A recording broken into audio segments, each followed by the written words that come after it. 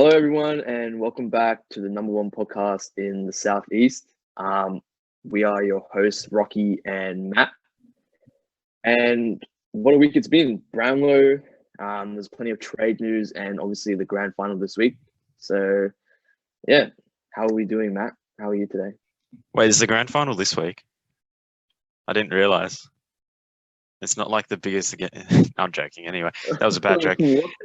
Yeah, no, it was that's trash. a bad attempted joke. I'm doing good, mate. I'm being well. How about you?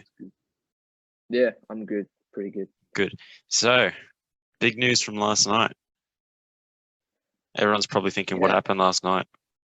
Well, the Brownlow, and before we go into the winners of Mark of the Year, Goal of the Year, all that kind of stuff, I want to talk about some fashion do's and don'ts. Okay, so we've got the Bachelor Watcher here. So we've got guys who likes his fashion. Anyways, I definitely did not watch The Bachelor or any other shows like that. Anyways, well, for me personally, the best dress was Nick Nui. He all black suit. That was very, very classy, very stylish. Patrick Cripps, he looked pretty good. But Baz, Bailey Smith, and Liver, they couldn't afford a decent tailor or something. Like they look great, but they just I don't know. Either the pants are too long or they just don't know how to wear in a suit properly. Well, I thought you were going to say about all the people that were at Zoom and like Jack Graham, Tom Hawkins, all them with the tucks on top, shorts down the bottom. I thought that's what you were going to talk about. Nah. I'm talking about the people in person. I don't really see much of the Zoom anyway, but I know people like Dyson Heppel, full suit but no shoes on. We had Jack Rewell with a coffee mug in his hand instead of traditional, beer or champagne. Petrarca, he was rocking the white Air Force Ones, which I didn't rate it. I don't know if that was a good look. It kind of looked good, but the more I looked at it, I was like, grey suit, white Air Force Ones, probably not. Probably a don't. Probably a don't for next year's Brownlow. Hopefully he rocks up better than that on Saturday, but that's another thing. So do you want to get on to the awards? No. Next. Next. Okay. One thing I want to talk about was Jake Stringer's Brownlow setup. Did you see that picture of him sitting with the laptop and his hands are like clasped together like this?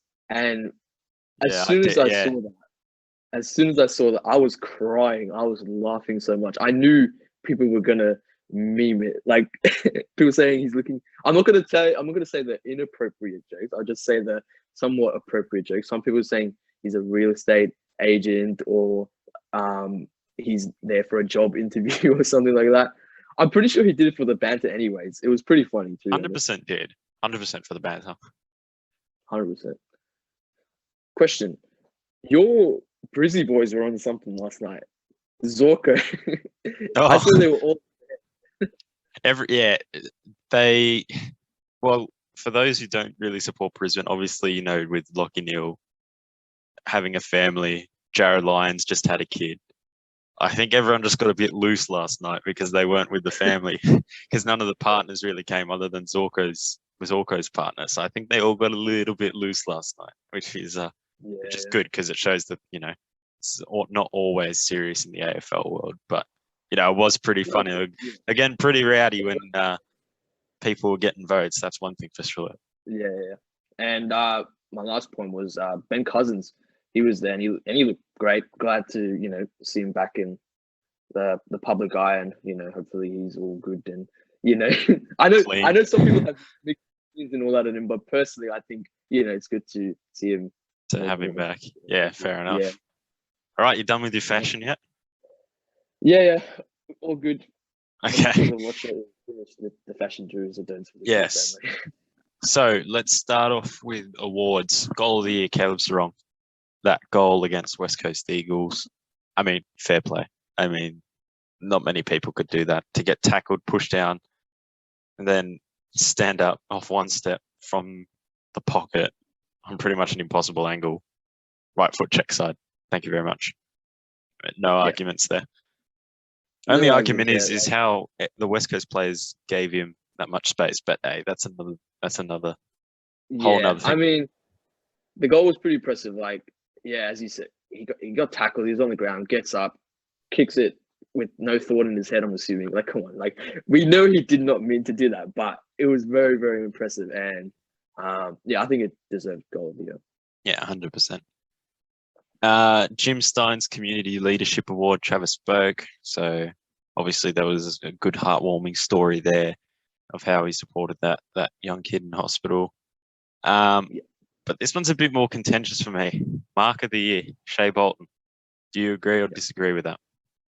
I disagree because, first of all, Mark of the Year didn't even get Mark of the Week or month. Yeah, but that was just Collingwood fans memeing that wasn't legit. Surely people could not think Brody Myercheck's mark was better than that. That was just a bunch of Collingwood fans deciding to hop on and vote it so that Bolton wouldn't win. I mean, yeah, I wouldn't really know. I just feel like it was obviously a really, really great mark. He got up very high, marked it, but there was so like I thought Jack Rewall's mark was like he literally marked it backwards.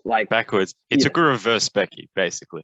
He ran backwards, still got the ride, and then took the mark in front of like Chol and stuff. So that one for me is contentious. I still think that Rewalt got snubbed, but as soon as Rewalt wasn't at the awards, there was no way that because both times like they had for the I can't remember the goal of the year, but the Jim Stein's Community Award, they had 3 people at home and Travis Boak wins. Shea Bolton, Tim O'Brien, and Jack Rewalt are at home. And then sure enough, Shea Bolton wins. So it was whoever was going to be there on the night. But still, I just think that Jack Rewalt got absolutely snubbed there. But yeah. No, I agree. Do you want to head on to the Brownlow winner and the top 5 or top 10? Top 5. So the Brownlow winner was Ollie Wines, 36 votes, and he's the only player in AFL history, along with Dustin Martin, to poll 36 Brownlow votes. So what are your thoughts? And also first Port Adelaide winner in their history as well. So yeah, breaking records there. Hashtag Looking Neil would have scored more last year if we had a full season, but that's another thing. Yeah. Anyway, he had to take his game to a new level this year, and he did that. I mean, he struggled a little bit since they gave him co-captain, and he's had to bounce back. And in a midfield where Boak is the only other person that really stands out, I mean, you've got to really play well, and he played really well this year. 25 votes, I think. He came like 23. 23? Yeah. Yeah. Okay. Yeah. So that just shows how well that he played this year. That to be honest, I wrote him off because I thought that Travis Boak would steal too many votes from him, but yet he still polls the most in history, while having his teammate take 23 off him. So for me, if he's able to get that many with Travis Boak taking 23 off him, he's more than deserved of the award. 100%. Yeah, 100%. I think last week we both predicted that Bont would take it pretty easily, I guess. I never thought it was going to be easy, but I just thought Bontempelli would have had it. But the last 3 rounds screwed him over, in my opinion. Yeah. He didn't even get a vote in round 22, did he? And he had like 30 disposals and a goal. Is that correct? Yeah, it was something like that. But if they'd won even just one of those 3 games, he polls 2 or 3, it's a draw and he's in it. So, oh well. What can he do? Yeah. And then Oliver coming in 3rd, Clayton Oliver in 3rd, Sammy Walsh in his 3rd year, polling 30 votes. Yeah. Coming 4th, and then Darcy Parish, he ended up with 26, didn't he? 26, yeah. Yeah, so which Oh, was I mean, go on. if he kept his mid-season form up, he would have been a shock because he was 20 at round 12 or something, wasn't he? Then he just fell off a cliff towards the back end. Yeah, he got tagged a lot in the latter end of the season, and Stringer found his form as well because I know Stringer got like 2 or 3 vote games as well. And I think I'm not going to go into this too much because that's just pointless. But like towards the second half of the season, like literally every single Essendon player played their role and played their part, so anybody could have got the votes. Yeah. So yeah. Anyways, but yeah, no, it was a pretty good. It was pretty good Brownlow, to be honest. And I know, David Mundy career high 20 votes. 20 votes. 36 as well. Yeah. I know Gil was loving it. He was. Like, he was like, D Mundy. And then the applause. I thought it was funny that Ollie Wines, with the interview with Basil Zemplis with 2 or 3 rounds to go, dropping the F-bomb because everyone else around the table, he's got 8 blokes chirping in his ear. And, anyway, it was a good Brownlow night. I mean, it would have been better if we're all in the one spot. But I think it was good that they learnt from last year where Lockie presented himself the Brownlow. I think that was a major stuff up last year. Because if you remember, because Nat 5 won in 2019, so Nat 5 did the presentation, but Lockie actually put the medal on himself. I think it was good that they had a contingency plan where in every single spot they had a Brownlow medal winner to present the Brown. So obviously in Queensland it would have been Lockie Neal, WA it was Nat 5, Melbourne it would have been Tom Mitchell. So at least they had someone there to do it. So that was all right. That makes sense. Yeah, because that was a major stuff up last year. Yeah. Also, Sam Walsh, his 30 votes joins Chris Judd and someone else, I can't remember his name, with the most votes ever polled by a Blues player in one season. And he's just in his 3rd year as well. Yeah, I did see something like that. Yeah, I can't remember the other guys. Anyway. So do we push on? We have snubs, question mark.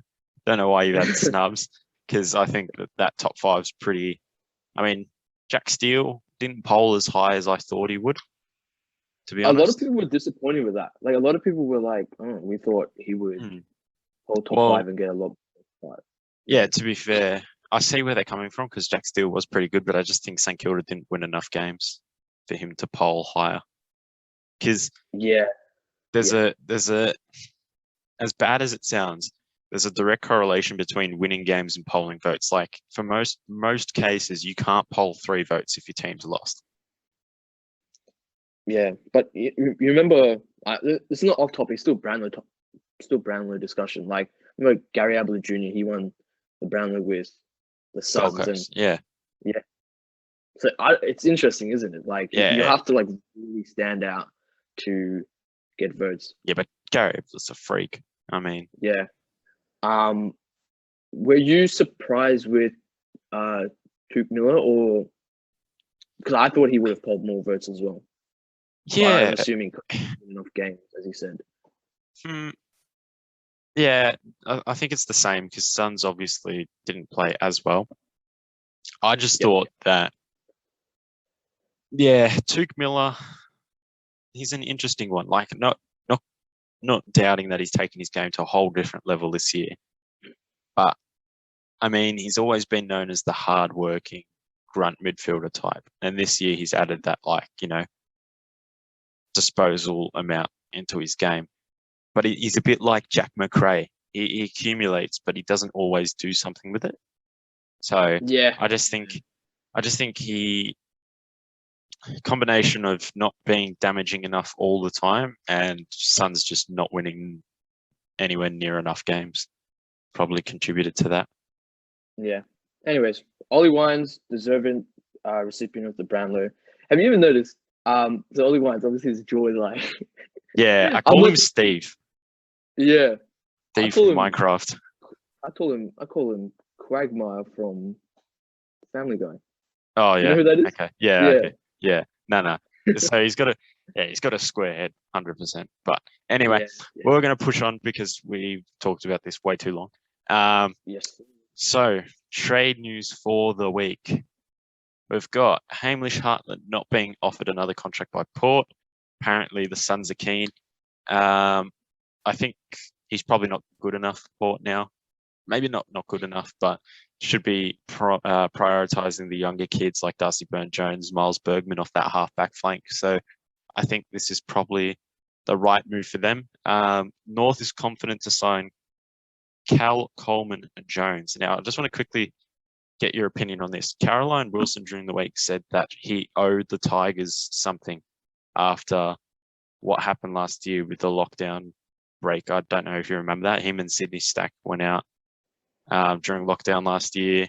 Yeah, I remember that. Yeah, and broke quarantine rules.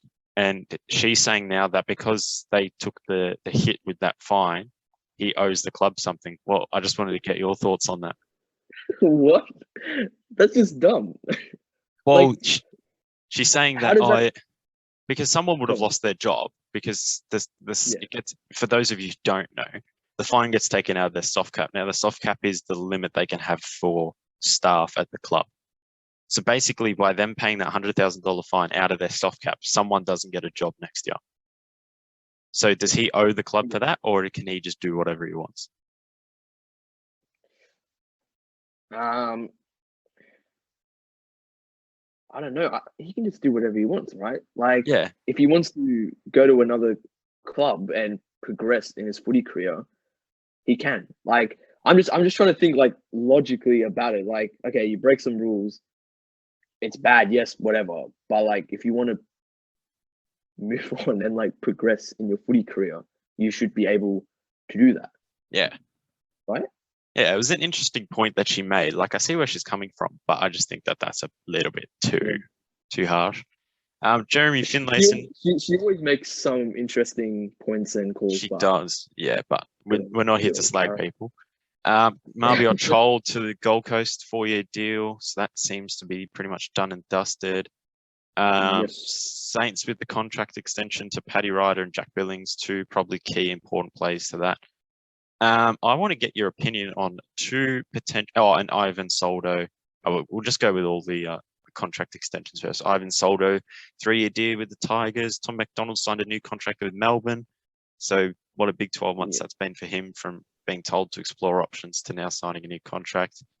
Ed Curnow signed a 1-year deal for Carlton. But I want to get your opinion on Robbie Tarrant to Tigers, Jeremy Finlayson to Port Adelaide. What are your thoughts on those two?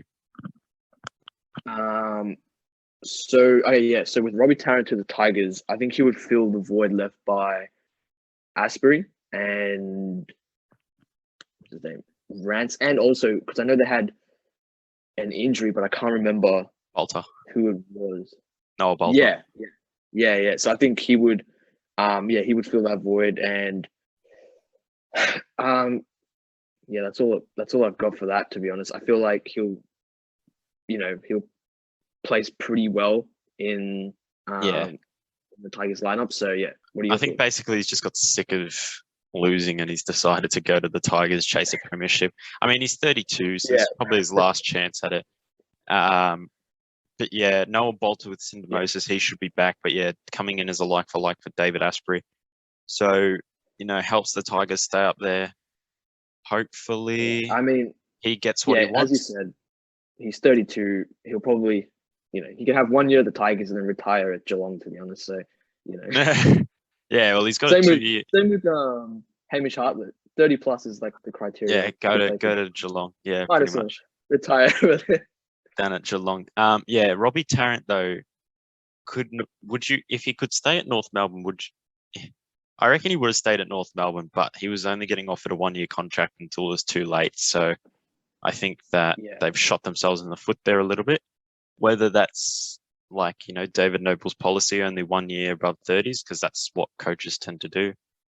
Maybe he's done that and he doesn't mind letting him go, but that's a loss for them.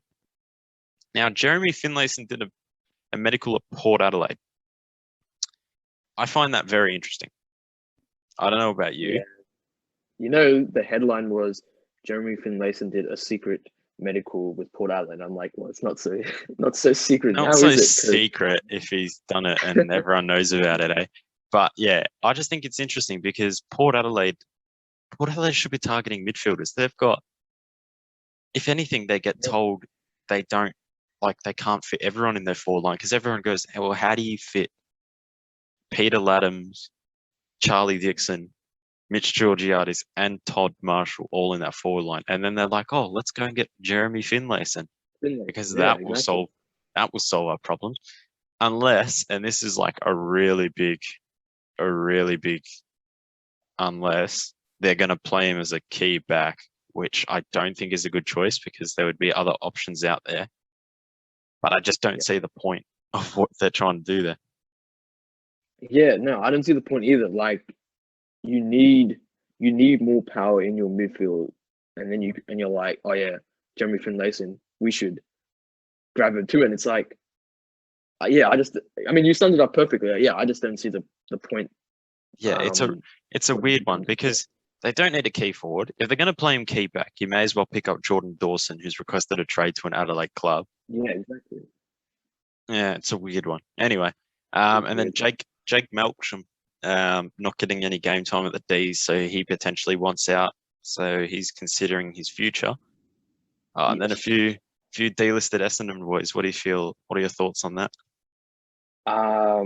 Yeah, so Ned Cahill, Lockie Johnson, and Irving Mosquito, they've been delisted from Essendon. I think I'm not surprised that those three got delisted. Like, you have to delist someone. Ned Cahill, he has so much potential, but he obviously didn't get any game time, which is unfortunate for him because he's got potential. We just haven't seen enough of him. Of it, yeah. Lockie Johnson, I don't really know. I haven't seen him play before. He seemed to get along with the group pretty well. Like, I think he fitted in pretty well, but just in terms of like what he'll add to the side, probably not much. And Mozzie, Irving Mosquito, it's really disappointing and really sad because like last year he played 3 or 4 games. Game. Oh, was it? I think only that many. He played one Indigenous one. He played the Indigenous game, and then he played the next game, and then he got injured halfway through. I think, or maybe maybe he did play and then he got injured. I thought he played more because this is going off like Supercoach points because I bought him in Supercoach last year. But yeah, I thought that because you guys got belted by Geelong, so he played the Indigenous game, then he got belted by Geelong, and he was part of that game because he did that whole stuff up play with Tip and Woody. I remember. Yeah, but was that the game? Was that the game he got injured, or did he play another one? I think that was the game he got injured. Okay. I'm pretty sure. But yeah, see, one thing with him was it's not because he didn't really, I don't know what the word is. It was just mental health, injuries, and he wanted to go back home. So yeah, fair enough. So yeah, that's pretty much all the trade news for the week. In terms of general news, Carlton have interviewed Daniel John, Syracuse, and Michael Voss, and they tried to contact Christy Fagan, but your boy decided to stay with the Lions. From here, you're obviously talking about how important Jan Syracuse is to your back line. So it's an interesting one. I mean, it was pretty funny. There you go. Oh no, I read that. I'm not gonna try and pronounce his name, but so yeah, he's our backline coach and assistant coach, and he's so important because he's got such a good connection and such a good vibe with the Essendon boys, and he's really helped that backline a lot. Like, you know, before games, and I've never seen this before, he'd do like meditation and all this kind of stuff and breathing exercise with them. And I know it's pretty small, but like it's pretty significant as a coach. You're like, look, this is what we're going to do. We're going to breathe and we're going to play the game. And it's good for the mental side. Facts, yeah. And I think that's why Carlton wanted him as well, because of his ability to like build connections with players. But I read all as well though, so I hope he stays. I thought it was funny that we were memeing Carlton last week, and then everyone was memeing them last night.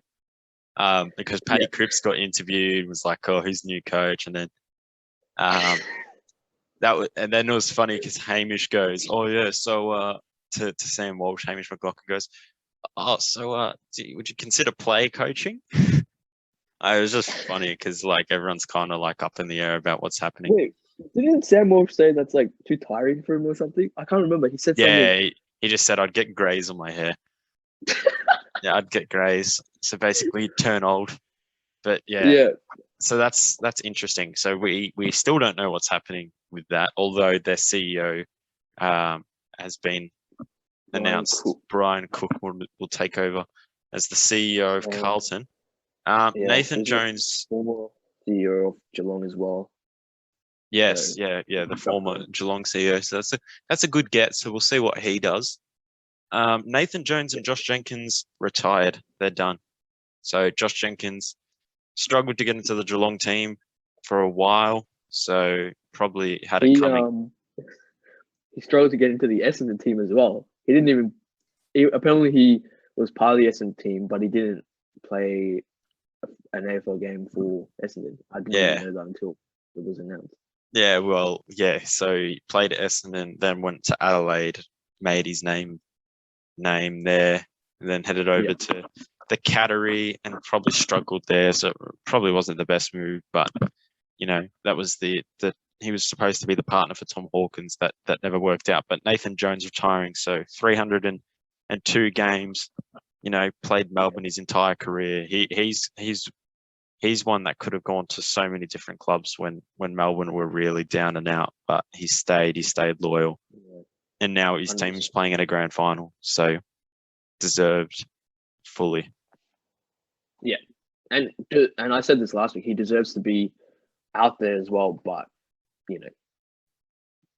different circumstances. We're going to go family comes first again. I was going to say that, but I didn't want to overuse the joke. Yeah, fair enough. Family is everything.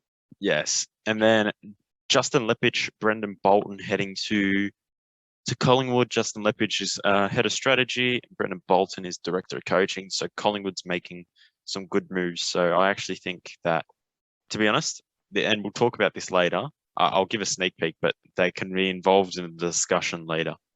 Tom Mitchell and Jack Steele win their respective BNFs for Hawthorn and St Kilda.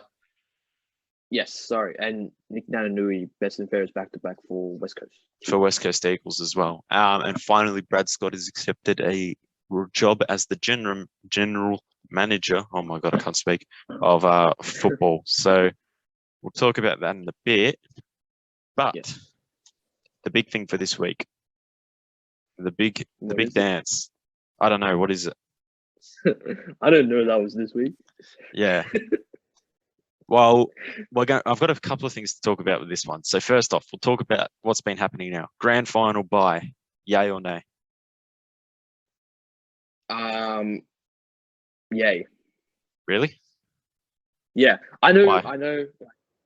They usually take the bye before the finals, but I actually don't mind this at all. Like to have a week break before the grand final, I don't mind that. But also, I don't mind having a bye before final start either. Yeah. So I think either way is fine. This gives a week for the teams to prepare for a grand final, which I think is good. And it's good for the Bulldogs as well, especially since they've been traveling a lot and, haven't been able to train. And yeah, well, it's interesting. What are your thoughts? Pre-finals bye, I don't like. Don't like pre-finals bye because basically what it does is if everyone gets a week off after the season. So basically, if you're part of the top four and you win the qualifying final, that technically means nothing because you get an extra week off. That's an extra week to, rest, recover, train. But it also makes everyone else still pretty relatively rested up as well. So it's not that big of an impact. I think that, with just being able to get that extra week rest, that's big for some teams. In terms of grand final buys, normally no. I don't want to see this happen again. I don't want the buy to happen again like this. For this time, I think it had to happen because the Dogs have just been everywhere, and I know that you could probably say, well, if they did it the easy way, they won week 1, then well, they couldn't win. If they'd got top 4 or something, it would have been a lot easier on them. Yeah, but still, like, you're never going to do this much traveling in a normal final series. So they've had an insane amount of stuff to do. So I think maybe just that extra week, helps them out. And based off what's happened with the injuries, which is what we're going to talk about next, it's helping quite a few players out. Because I don't know if you know, because the Demons have only played 1 match in the last 4 weeks, they did a practice match simulation. Stephen May didn't even play in that. Now, whether they're resting him as a precaution, or they're still up in arms about what's going on with him. Imagine if they're just not protecting him and he's still genuinely hurt, and we have the grand final of the weekend, he's not playing. He would have been a hindrance to play on the weekend if he didn't play in that scratch match because he was still sore, not because they were trying to protect him. But that's interesting. I feel like, because I was just thinking back, he got injured that game, and then he plays for pretty much not all of it. But he played a quarter and a half, and then he got subbed off midway through the third quarter when they had it wrapped up. And he seemed okay. He said he was okay, maybe because he was so excited or something. The adrenaline. Yeah, I didn't know that actually. Yeah, that's interesting. Yeah, if he's not up to scratch for this week's grand final, then I don't see him playing. But I think just based on what I know and what I've seen, I think he should play. But I guess we'll find. Well, we'll find out Thursday night when the teams get released. I don't know if you saw any about this, but Charlie Spargo with that ankle scare as well. Tackling drill landed awkwardly on that ankle. So he sat out the rest of the session, but he was back there the next day. So he seemed to be okay. So he seems to be pretty much, set to go. I think the only person from both, so obviously we were talking about last week, we had Cody Waitman, Alex Keith, Latham Vandermeer, Stephen May. I think, to be honest, the only person that probably misses it, if any, would be Latham Vandermeer, because he just seemed to be the most serious. But based off what we know, hamstring tightness, something like that. So I think he's probably the most likely to miss, but I still reckon he plays. But I'm not Luke Beveridge. I don't really know. Obviously, and then big injury news: Simon Goodwin eating some dodgy linguine or whatever it was. Yeah, it was. Yeah. Good old food poisoning. That would have been. That was I don't know. That's quite funny. Yeah. I didn't expect that to be on the. Yeah. Well, it was serious, like when it first came out. When he comes out to the press conference, the guy, it's just some dodgy linguine. That was pretty funny. Yeah. The way he was talking about it was very funny. Yeah. Yeah, pretty laid back, chill approach. Yeah, he's always like that, to be fair. Okay, so we'll go on to grand final predictions.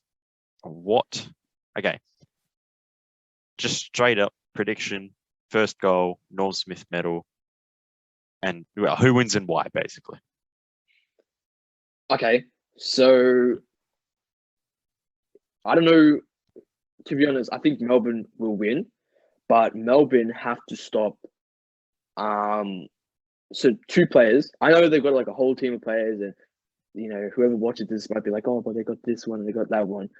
They got to stop Bont and they got to stop Bailey Smith. And the reason I say Bailey Smith is because the last 2 games he's been on fire, and clearly he's got some finals.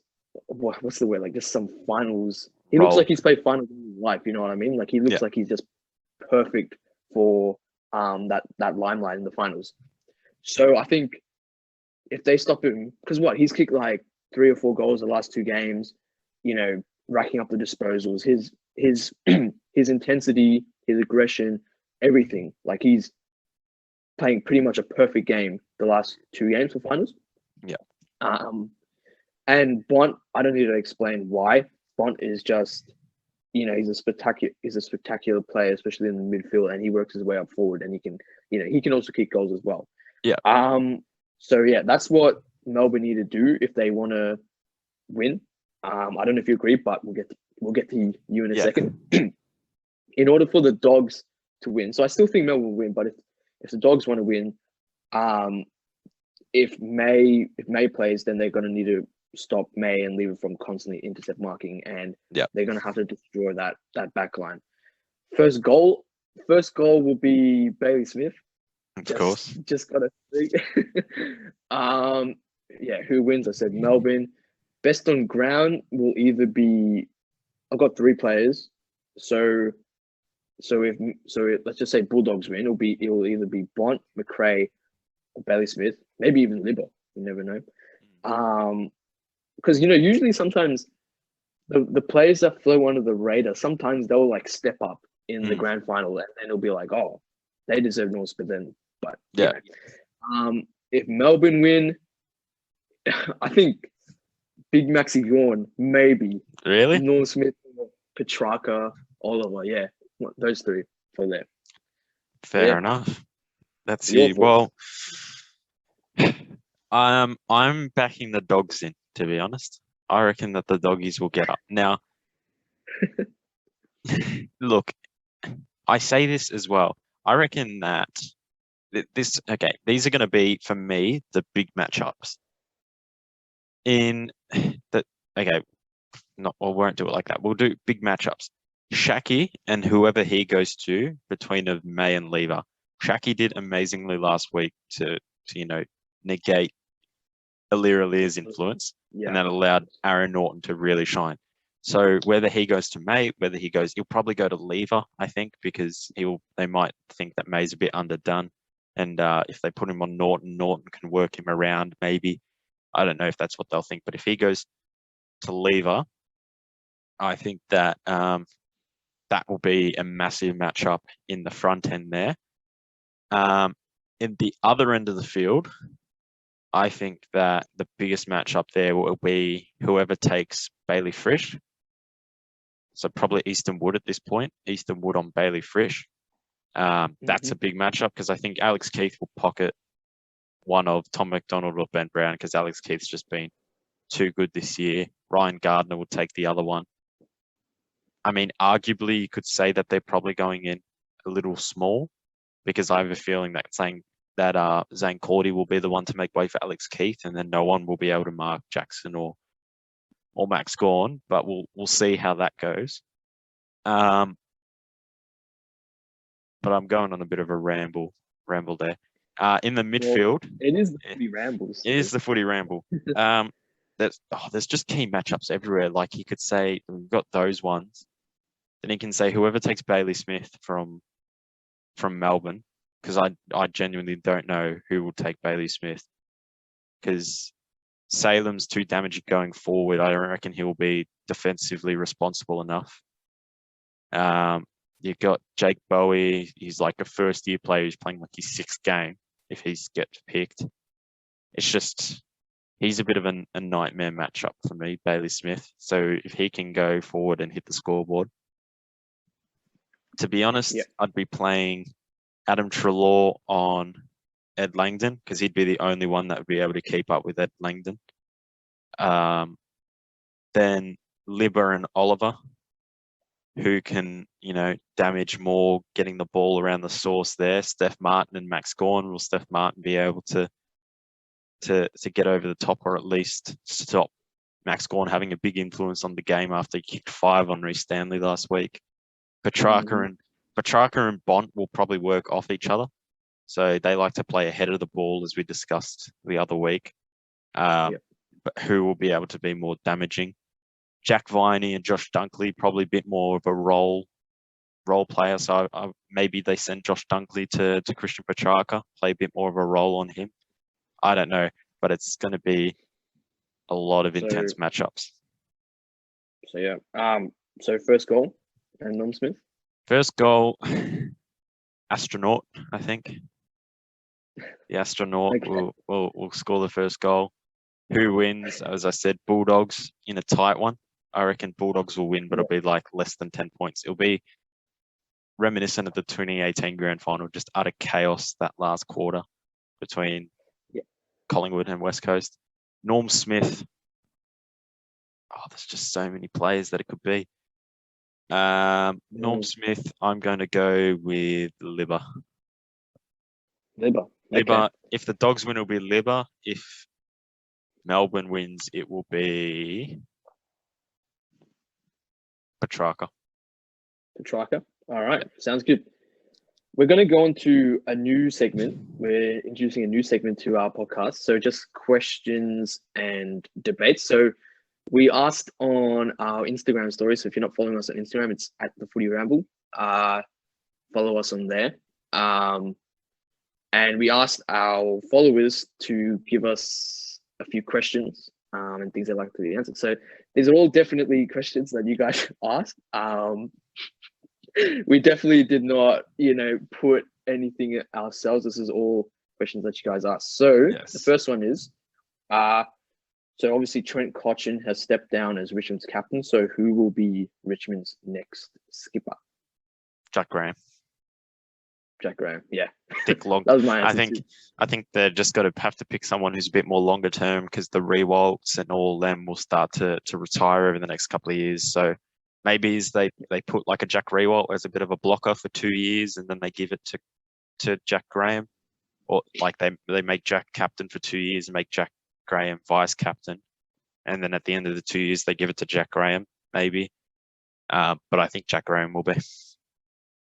Yeah, I agree.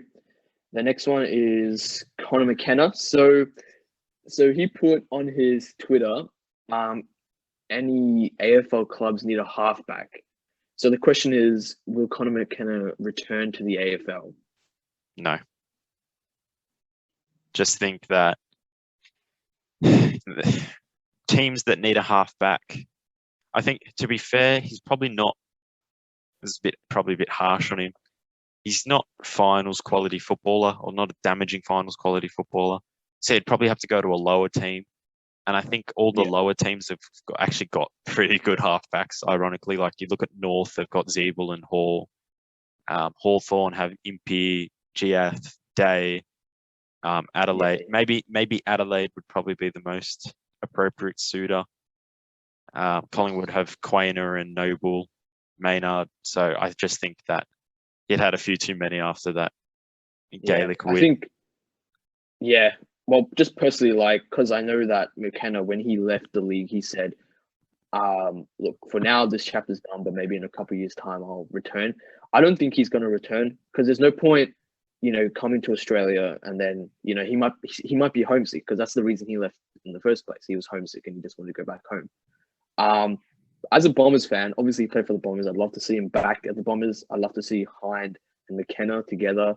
But yeah, look, I guess you never know. But yeah, I agree. I don't think he will return ever again. Maybe. Okay. Essendon's new logo. Yes or no? You like or no? You like it? I do like it. Yeah. I don't know. People were like, I like to read the comments of posts, particularly AFL posts. They're very interesting, very divided. AFL fans are very divided when it comes to a lot of things. Like, a lot of people don't like it. They don't like how it's not modern, or it just looks bad. I don't know if this is just me being biased, but I know some Essendon guys, some of my mates who were Essendon supporters, they didn't like it, right? I don't know if I'm a very biased Essendon supporter, but I look at it, it's good, I move on. For some reason, people were really dwelling, it's not as modern as, some logos, it looks like Melbourne's, or it looks like this. And I'm like... It looks like Port Adelaide's, to be fair. It looks a lot like Port Adelaide's new one. But they've only brought it in for their 150th year next year, because I actually like your current logo. So for one season... I mean, I think people misinterpreted it. I think people thought, they're doing this forever. And it's like, are you serious? It's one season. It's just for the one season. It's one season. So for me, not big, no big of a deal. I'm going to change the order up and shout out to this certain person who put this question in on the Instagram page. Harrison Jones.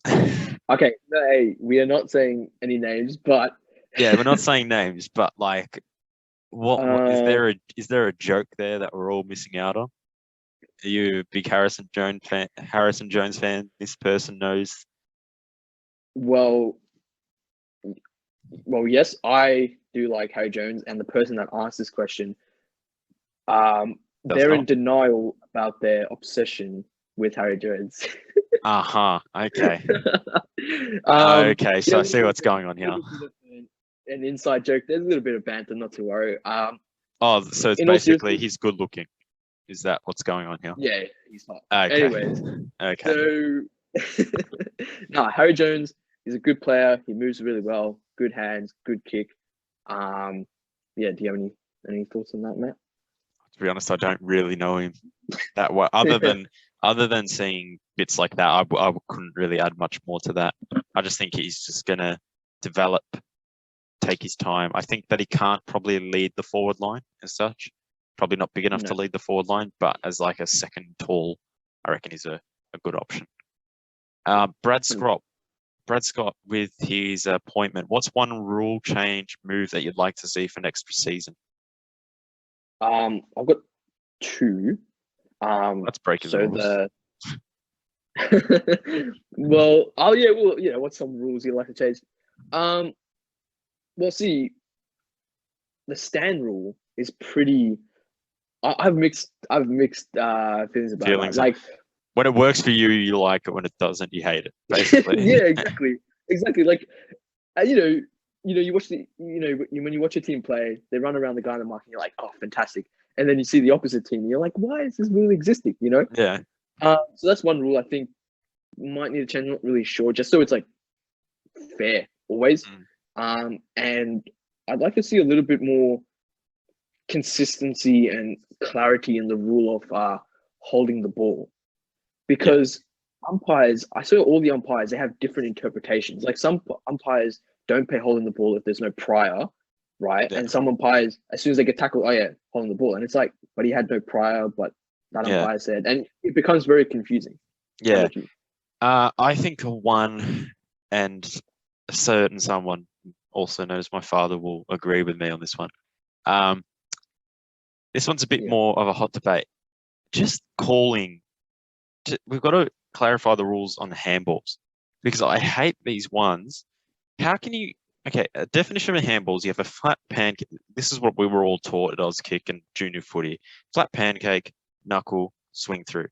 How is a handball if you're holding your hand over the ball like that and then whacking it that way? You can't hold the ball like that unless you're gripping it firmly. You can't hold the ball like that without dropping it. But then if you're gripping it, you can't handball it.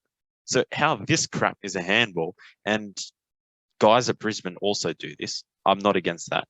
Or these little scoopy handballs where they pick the ball up as they're lunging forward and they like fling the ball out.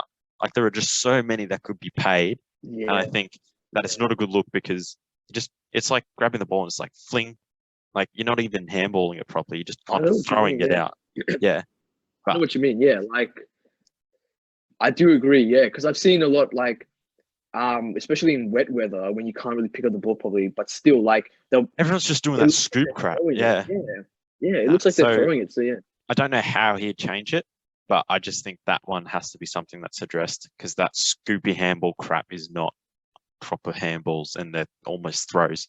Don't know how you'd moderate it, but now, one team that will push finals and one team that will drop off. I'll let you go first, because I've got a contentious one. One team they'll push for finals next season. Is this like again, or like a new team that finished? Can be any team that finished 9 to 18, I think, is what. Okay. I think that's actually a tough one. That's actually really tough. One team that will drop off, I think. Okay. I know I'm kind of dragging this out, but I just think. So my Bombers, right? I don't know if we'll make finals next season. I don't know, because I feel like, so we've made finals, right? which is great. But all the teams that didn't make finals, they're all like actually improving, right? So I don't know where Essendon goes. Like, can we still improve? Can we like finish not 8th and finish 7th, 6th, 5th? Can we like actually push higher, or are we gonna like still be the same and finish 8th? One team that will push for finals, I'm not too sure. I think I was gonna say Carlton. And believe it or not, I'm not hating on Carlton. Imagine that. Yeah. I was gonna say Carlton, but I just think, new CEO, new coach. I just don't think they'll be able to push for finals. I mean, Essendon did it with a new coach, but then again, Rudden was there for a little while, so they kind of knew the game plan, what was happening. But yeah, I'm not too sure. But I think Essendon might drop off, which I don't really want to say, but just pick one team. Pick one team. As hard as it okay, is. Carlton, Essendon. Okay. Carlton, Essendon. Well, one team. I don't want to pick the same team that would drop off, because I was going to probably say Essendon would be the ones to drop off. So I'll say who's second most likely to drop off, and I'll say Sydney, because I just think they're a really young team. They were inconsistent at best last year, so I just think that maybe they won't be able to do it again. But they're going to push for finals, 100%. They've got a good enough list to push for finals. I just think that they were really young. No, I reckon they're the second. So I reckon Bombers won't, but I don't want to go the same as you. So I'll say Sydney, because they were a young team and they were inconsistent last year. They got probably a little bit lucky with, their run and stuff. So maybe they might drop off this year. One team that will push up though, I reckon Collingwood. Now, they finished quite low last season, but I think their list is actually still pretty good. They've got a pretty good list. They've got Craig McRae coming in, along with Lepich and Bolton. So that's a lot of experience coming in. If they can sort out their boardroom garbage that's going on upstairs, they could be a dangerous team next year, because we forget, like, this team made 2018 grand final and the core of that team is still playing. So I just think that maybe they get a key forward and they can really like work around that. I think they can push for finals next year. Will Geelong drop off? No, they'll go again next year. They've got the experience, they've got the oldies again. They won't win the flag. I think this just shows that they're not going to win the flag, but they won't drop off. They'll keep pushing next year. I think, sorry, just because I just had a look at the AFL ladder just to expand on my answer from before. West Coast, Saints, and Freo, I think, and possibly Richmond as well. Those are 4 teams that could push for finals again. So yeah. Well, yeah, they pushed finals this year. So, I mean, I could have picked them, but I just thought outside pick would have been a little bit more. But yeah, all of those teams next year will be back, because West Coast got smashed by injuries. Richmond got smashed by injuries. Richmond are the big one. Like, they'll definitely make finals. Will they make top 4? Debatable. We'll see. But we'll see. We'll see where that goes. And finally, discussion for this off season. Where will this podcast go during the off season? So, do you want to talk about that, or do you want me to? Oh, we can share. I'll say something, and then you can. Okay. So, in terms of the off season, so we're gonna do season reviews. So we're not gonna be able to review all teams. And it's probably, not advisable anyways to review all teams, because most of our audience, we know, who they go for, all that kind of stuff. So we're not going to like review Gold Coast Suns or something, for example. Yeah. But yeah, we're going to do season reviews. We're going to get some special guests on. I don't think we will reveal who's going to come on, but there are things bubbling beneath the surface and things that are in the water. Well, I mean, we could talk about a few things. Like, we're going to try, for the season reviews, we're going to try and get fans on for each team. I think we can say that. Yes. We've still got trade to come up. We've got this big trade period coming up. Got the draft as well, so we'll do that. We've talked about maybe doing a live stream the night. I was thinking about maybe doing a live stream the night of the trade period final. I don't know if that will work, but there's discussions around that.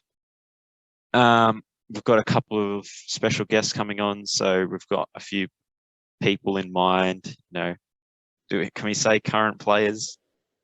We'll say current players. Well, they are. We'll They drop are. Yeah. we'll drop a teaser. So we're getting the connections going, seeing if we can bring in a few special guests for a bit of entertainment, and we've got a couple of other ideas kind of brewing, but we'll reveal more of that in time. Because to be fair, once the trade and draft period's over, that's November, and then season kicks up again in February. So to be honest, and we probably want a bit of a break over Christmas, but there's a lot of ideas and maybe not so much time. Yeah. So we'll see how everything goes anyway. Yeah, I mean, look, it will still be as entertaining and as charismatic as it has been the last few weeks, even during the off season. Like, even 100%. We've got plenty of things to, we've got plenty of things in store for everyone. So yeah, there's something for everyone. Like, even if you're not into footy and you're just listening to this, there's something for everybody. So yeah, it should be fun. Exactly. Like, really, really fun. So, yeah. So this one's a bit of a longer one this week. But I think that's pretty much us done for the week. So do you want to wrap up? I'll wrap up. Okay, so if you're listening on YouTube, make sure you subscribe, and obviously share the video to anybody that loves footy. If you're on Spotify, make sure you're following. Make sure you follow us on Instagram at the Footy Ramble. So on Instagram, we've actually got a lot of fun reels and a lot of entertainment on there. A lot of things for our followers to participate in. So yeah, just make sure you follow, you subscribe, you do all that kind of stuff. And yeah, look, thanks for watching. We'll be back next week. We'll review the grand final. We'll go over trades, all the same things, and yeah, more questions and debates. So so we'll probably next week we'll probably have the fan of we'll do the season review of the grand final winning team. So we'll have our first guest on the show. So that's something to look forward to. So depends on who wins next week. We'll see a fan of that team on next week. Yeah. So thanks guys for tuning in. This is the Footy Ramble with Roque and Matty G.